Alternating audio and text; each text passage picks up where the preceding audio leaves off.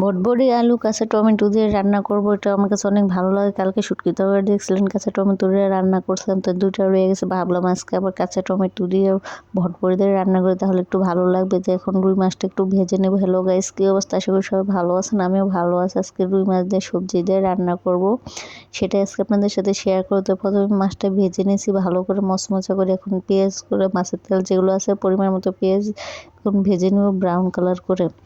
তো আমি জানি না আপনারা আমার রান্না কীরকম পছন্দ করে। আমার ভিডিও তো দেখি অনেকেই পছন্দ করে না। আমার যে আজকে প্রায় 2 মাসের বেশি হয়েছে আমি ভিডিও ছাড়ি, কেউ আমার ভিডিওতে লাইক কমেন্ট শেয়ার কোনো কিছুই করেন না। আচ্ছা, আপনাদের সাপোর্ট যদি না থাকে তাহলে তো আমি সামনের দিকে এগোতে পারবো না।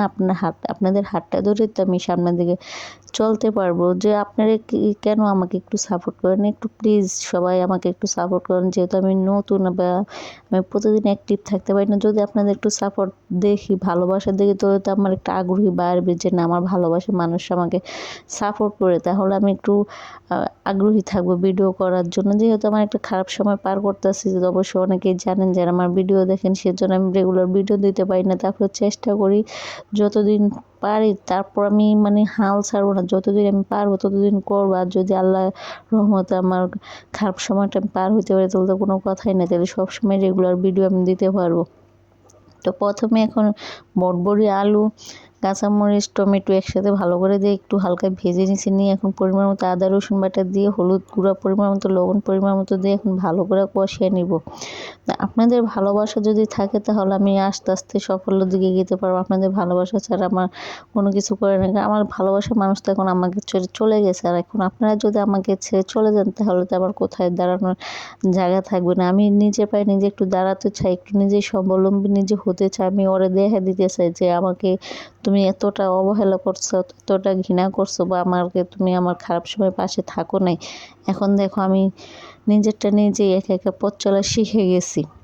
তো আমি অনেক চেষ্টা করতেছি ওরে ফিরিয়ে আনার জন্য, যে তোর কোনো যোগাযোগ নেই, ওর সাথে আমার কোনো কথাই নেই, যে তোর ফোন এখান থেকে যে বন্ধ করে রাখছে। তারপরে কীভাবে যে কী করবো আল্লাহই ভালো জানে।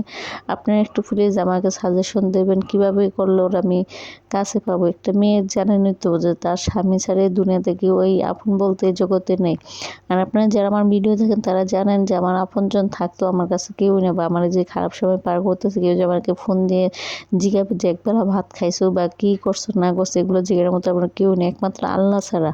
আর তারপরে হলো আপনারা। তো ফাইনালি এখন আমার রান্নাটা হয়ে গেছে। এখন দেখুন একটু জিরার গুঁড়া দিয়ে দিতেছি যাতে একটু অন্যরকম একটা ফ্লেভার আসে, সেজন্য।